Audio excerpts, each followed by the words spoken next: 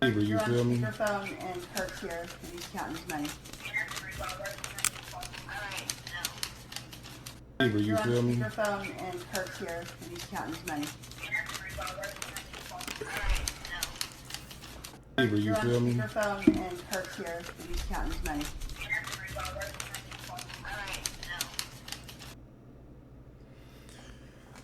Shalom, shalom. First and foremost, I want to give all praises, glory, and honor to Yahweh, Bahasham, Yahweh Shai, Bahasham, Rachar, Kodash. Double honors to the apostles and elders of Great Millstone. Salutations, much love and respect to you, Akim, out there pushing this word out in truth and sincerity.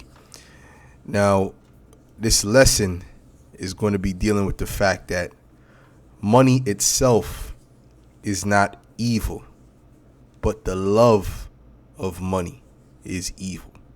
Okay? A lot of people in the world, they get this misconstrued thinking that money is the root of all evil. No, money is not the root. When you read the scripture, it says that the love of money is the root of all evil. Okay, very important. See, this Jake you see on the screen, this Israelite you see on the screen, he loves money. You can see the look on his face. He loves money. Okay, and when you love money, you're compromised. You're very compromised, and you can't trust somebody who has a love for money, because guess what? They'll sell their own soul for that money. They'll do things that's very underhanded for that money. They have a saying, right? These Edomites have a saying that says, don't speak about how you made your first million, or never ask somebody how they made their first million, because in order to get to that first million, they were willing to try anything, to do anything, to scheme anybody, to do very underhanded things to get there. Okay? Us as men of the Lord, we can't have that mindset when it comes to gaining money, because we have to hold our integrity. Okay? So, let's get 1 Timothy 6.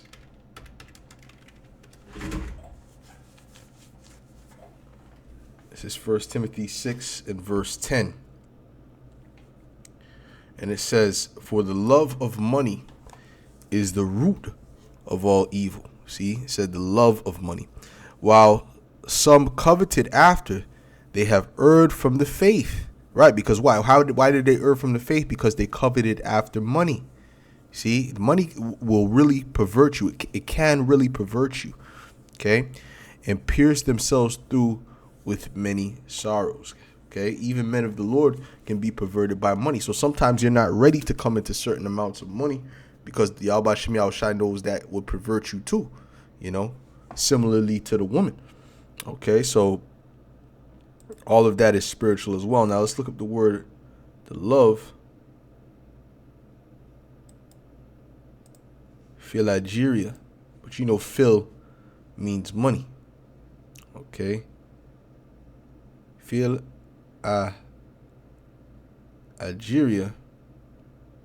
Okay, it says love of money, avarice.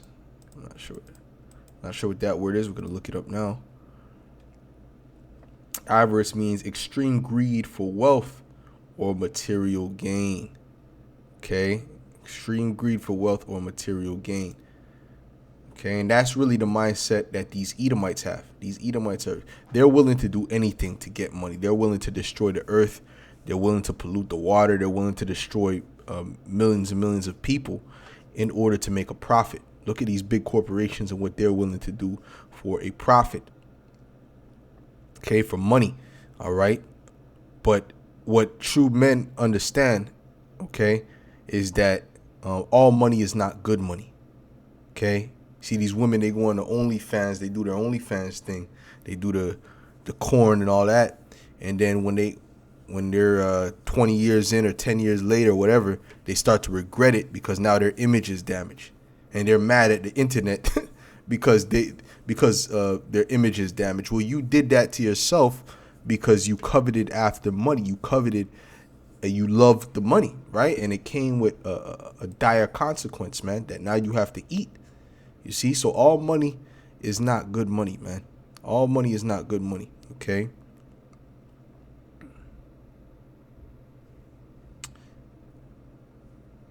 It says, It says, "But thou, O man of the Most High, flee these things and follow after righteousness, godliness, faith, love, patience, meekness." Okay, so we're not supposed to be seeking to be rich. The scriptures say, labor not to be rich. Okay, you should be laboring to have, what you need. Okay, to have what you need to be good, so to speak. But we're not supposed to be laboring to become rich in this world. First of all, this is not our world. Okay, this is not our world. What are we gonna do right now with 100 million? You know what I'm saying? What are you gonna do? You're gonna be living that comfortable life. You'll be driving a Lamborghini, whatever the case may be. Listen, it's really not expedient. Okay, it's not expedient. It's okay to be, good. Some brothers can drive good, nice cars or whatever the case may be. There's no brother in a Lamborghini. I'll tell you that right now. If I look up the cost of the Lamborghini, you got to be in the hundreds of thousands. Okay, no brother has that type of money to throw away, because the Lord is preserving brothers from that, because riches corrupt, man. Okay, riches do corrupt. So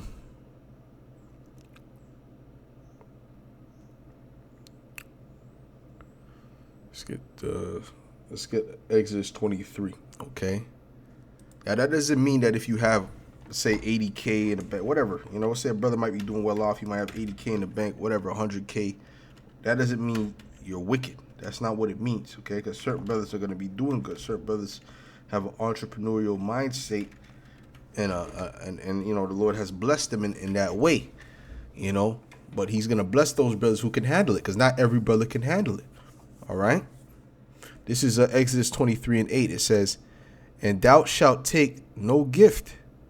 Matter of fact, let's go up to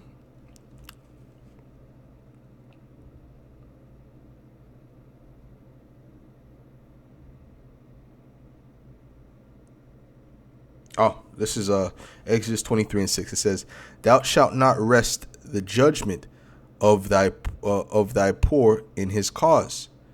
Keep thee far." In other words, you're not supposed to have a respect of person, because someone is poor, give him a harsh sentence. And someone is rich, you try to appease him because you're trying to be, you're trying to get on his good side.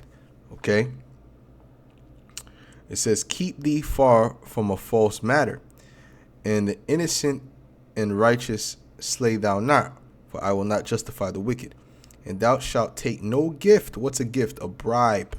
Okay, that's dealing with money. That's dealing with substance. Okay. "For the gift blindeth the wise, and perverteth the words of the righteous." Okay, so that money has corrupted certain people. Even Israelite leaders have been corrupted by that money, by that filthy lucre. Okay, those 501c3s, they benefit a lot from that. Okay, so they're willing to make a contract with Esau. They're willing to abide by Esau's rules, even when it comes to the truth, And some of them are set up to get the ministry blamed, And that's why you see they say outlandish things. They do outlandish things, brandish guns on camera and say all the most ridiculous things you've ever heard. Okay, because these people are they've taken a bribe. They've perverted the words of righteousness, and they're using the scriptures to do it. Okay, it says, "Also thou shalt not oppress a stranger." Okay, well, this is going into something else. So that's the point, man. Okay, let's get Isaiah 56:10. Going into that topic.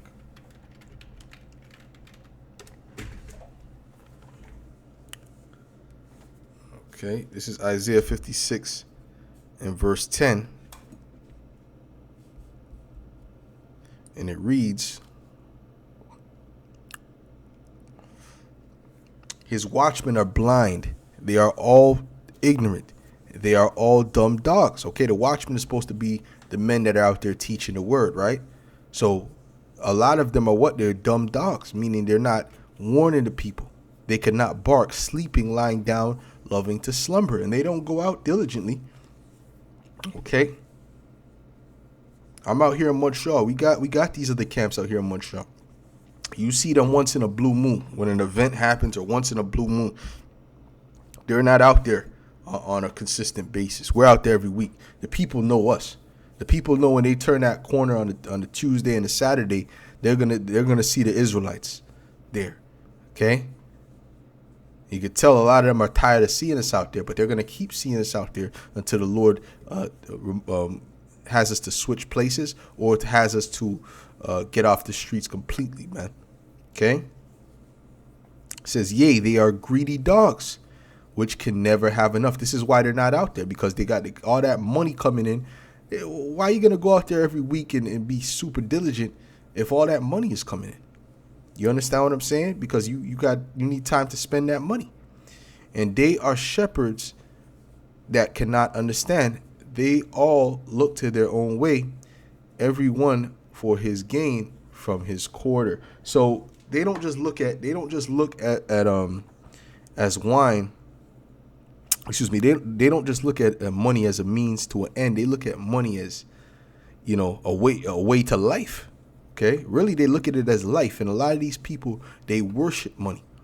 Okay, it says, "Come ye," say they, "I will fetch wine, and we will fill ourselves with strong drink, and tomorrow shall be as this day, and much more abundant." Why is he saying that? Because he trusteth in his money. All right, this is where it becomes wicked. When you trust in it, when you're greedy, you covet it. Okay, you covet over it. To the point where you're willing to sell yourself, sell your soul to do things that are not right in the sight of Yahweh Hashem Yahushai for that money. This is when it becomes wicked. Okay, so there's a difference. It's not money itself that's wicked. Although this money system is wicked, because it's not a just balance. It's really a scam. But money in itself is dealing with substance, silver, gold, cattle, even. All right, mainly silver and gold. That's really what money is. Money is really set up for if you don't want to. Let's say someone doesn't have something that you want. If you, I believe the elder Ariella went into this, right? Let's say you have bread, and another person has a corn, but you don't want the corn, but they want the bread, So then the thing that is always valuable would be the silver and the gold, because you can trade that for whatever you want. Okay, so that's where money comes in. All right, so that silver and that gold. But that also goes into substance, because through that silver and that gold, you're able to gain substance. And that's what it's all about. You don't just have the silver and gold just to keep it there in a vessel. You have it there to spend to gain substance. Okay. This is Jeremiah 5:27. It says, "As a cage is full of birds, so are their houses full of deceit. Therefore, they are become great and waxen rich." And we see what Bezalel, I believe his name is Bezalel, who was the former member of IUIC, what he said, how they had these fake accounts that they would set up, and how they would slander different camps and things of that nature. And that's wickedness. That's doing evil in the dark. That's everything the scriptures speak against. Okay, they're doing that on the they're doing that. Okay, and that's all deceit. That's all deceitful works. So a lot of times we read things that we tie it to Esau, Edom, but it could be tied to these Israelites. Okay. It says they are waxing fat, they shine, yea, they overpass the deeds of the wicked. Okay, they judge not the cause of the fatherless. Yet they prosper. They're prospering. Oh, we're building schools. We're doing that. We're doing this. They riding on horses. They got the gold trims. Oh, wow. The women fawning over them. Okay, so they're prospering in the world. They're doing good. Okay, they're doing good. They're doing very well, and you can see it. You can see they're doing very well. Okay, and that's why they refer to the GMS as bums, because we're not in that prosperity spirit. Okay, in other words, not to say brothers is not working to prosper, thrive in their life or so on and so forth, but we're not living that lavish life like they're living. Okay, It says, yet they prosper, and the right of the needy do they not judge. Shall not I visit for these things, saith Yahweh? Shall not my soul be avenged on such a nation as this? Okay, this is speaking about these Israelites. Okay, mainly these specifically these leaders, because they're the ones that are pushing forth that deceit. You know, like Bezalel, like what's his name, Bezalel, I think, something like that. He said, I repent, but we were just following orders. Well, it's a good thing you repented from it. And when he said we were just following orders, well, this is what the Apostle Tahar's been saying. You guys are in zombie mode. Okay, you just follow orders. You don't question anything. You don't say, wait a minute, how is that scriptural? How is it scriptural to march around the place and sing cadences? How is that scriptural? And then there was a video where you were marching, and then the IUIC was marching, but then behind them was the Freemasons marching as well, showing you that they're in the same spirit as the Freemasons and the people of the world. Anyways, this is Ecclesiastes, and why were they at the same march as you anyway? Anyways, but this is Ecclesiastes 7:12. It says, "For wisdom is a defense, and money is a defense." So money is a defense. Money is something that you need to get through this life. So even the Lord said to Adam, what? That by the sweat of your brow shall you work. By the sweat of your brow. Okay? Meaning what? You're going to have to put in labor in order to eat. Okay? And if a man does not work, he does not eat. Okay? So you have to work. Even Paul said he labored day and night. Matter of fact, let me see if I can find that. He labored day and night, man. Doing what? He was on the grind. He was getting that bread, getting that paper. So ain't nothing wrong with laboring for paper, man.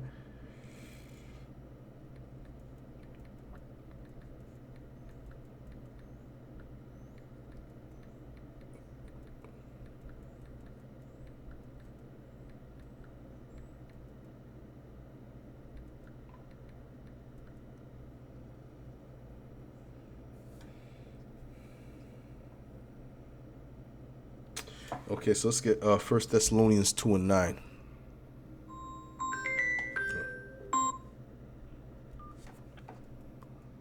Let's get 1 Thessalonians 2, verse 9.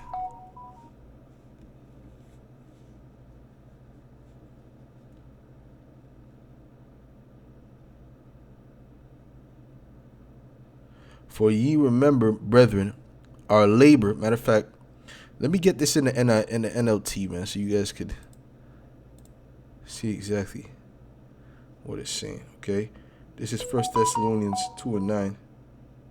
It says, "Don't you remember, dear brothers and sisters, how hard we worked among you, night and day? We toiled to earn a living." So what does that mean? Oh, you got to focus on just the work. Yes, we got to focus on. This is the main thing. This is the most important thing we got going in our life. This is the main business and the main work. But you need to also work to get bread. You need to work to be how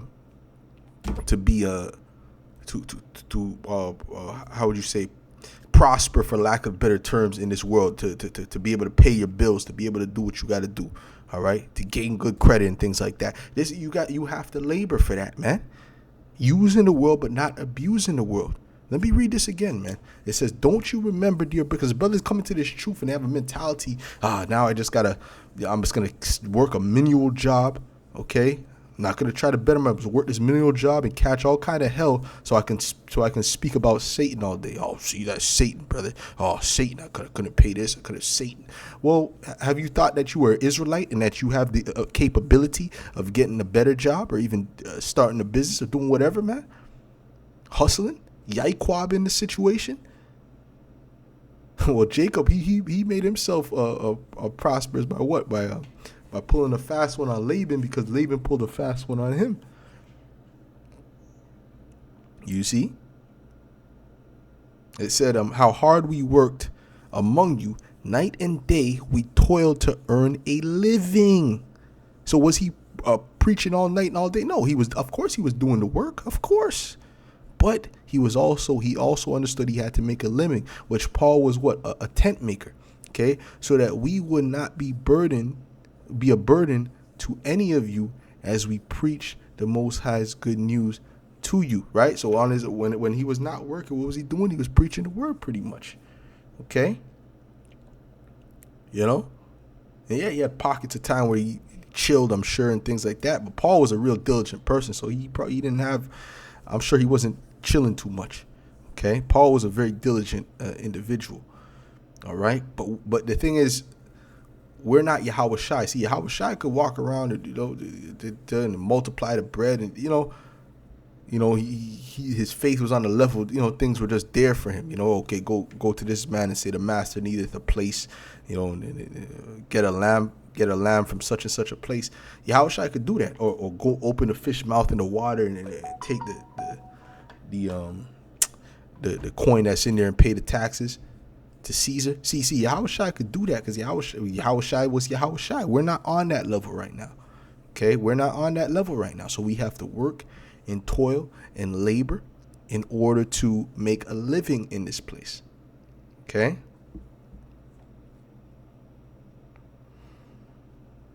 Okay, it says, so that's the point on that, man. So Paul was working, man. He was a tent maker. So he was grinding. He was working.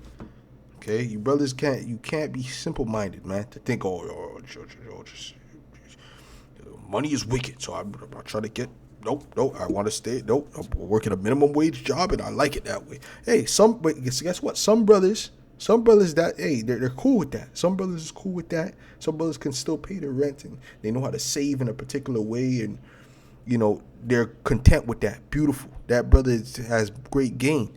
But some people, they're catching hell and they blaming Satan over and over again. But it's a thing of money is not wicked. To go into to earn a living is not wicked. To love money, to pervert judgment, to stop doing the work for money. To what I'm trying to say? To me personally, right? Like me personally, if I got camp on Saturday, I'm not taking a job that has to do with Saturday. I never did that. But a brother might take it. But if he does take it, you got to go out another day. Okay? You got to understand that. All right? So money can't pervert your judgment, and it can't stop you from doing the truth. Okay? Anyways, let me get Proverbs 18 and 10. Let me get Proverbs 18 and 10. Give me one second. Proverbs 18 and 10. Let me get Proverbs 18 and 10. Hold on.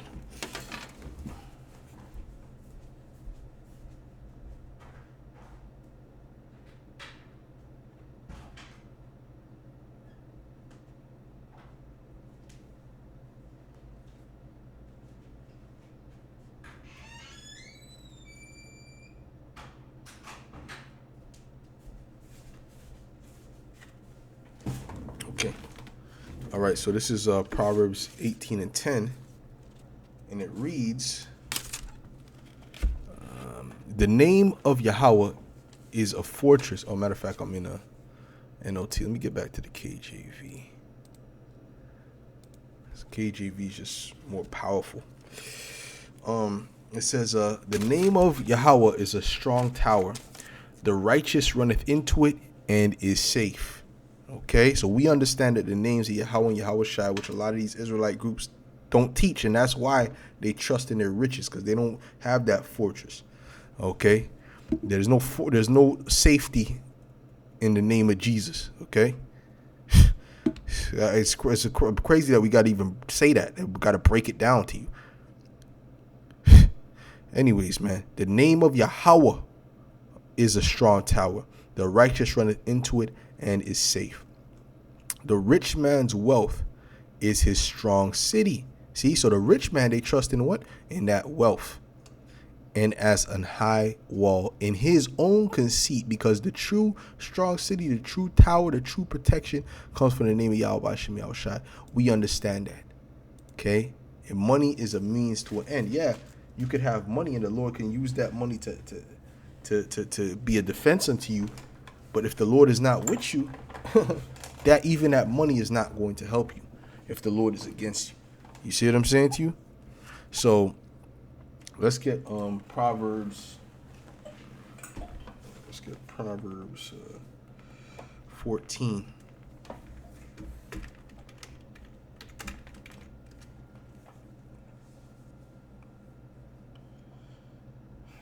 This is Proverbs 14 and 20, and it reads, "The poor is hated, even of his own neighbor, but the rich hath many friends. He that despiseth his neighbor sinneth." Right. Matter of fact, let me read that again. "The poor is hated, even of his own neighbor, but the rich hath many friends." And this is why these people want riches, because the riches come with glory. They come with praise. They come with being highly esteemed, okay, among men. When you don't got money like that, you're not highly esteemed among men. You're looked down upon, okay, when you're perceived as poor, okay. And this is what these people don't want. They don't want to be esteemed, lowly esteemed of these people. But the scriptures say that we are the offscouring of the world. So does that mean if we all had riches, right? If we were all out there and we had these elaborate garments with, diamond chains on, diamond earrings, diamond this, diamond that, and then we're pulling up in a Bugatti and a Lamborghini, right? Or guess what? You're gonna have people that's gonna stop and listen. You're gonna have a whole bunch of Jakes that's gonna that will stop and listen. I guarantee it. Okay, I guarantee it. They're gonna stop and listen, not because they want to hear the word, but because they're looking at us as a form of celebrity or rich man. Okay, so they're like, damn, I gotta learn what they know so I can get this money. Okay, because that's the mindset of Jake. All right, that's the mindset. So how is that going to be helpful? We're looking to grab the people who are purely who purely want to hear the word.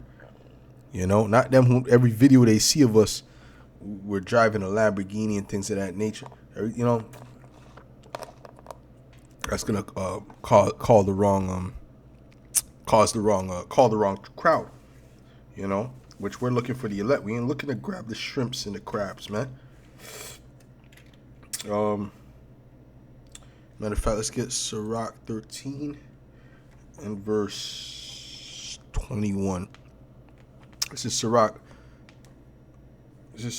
13 and 21. It says, "A rich man beginning to fall is held up of his friends, but a poor man being down is thrust also away by his friends." Right? Because why? The rich man is highly esteemed of the people.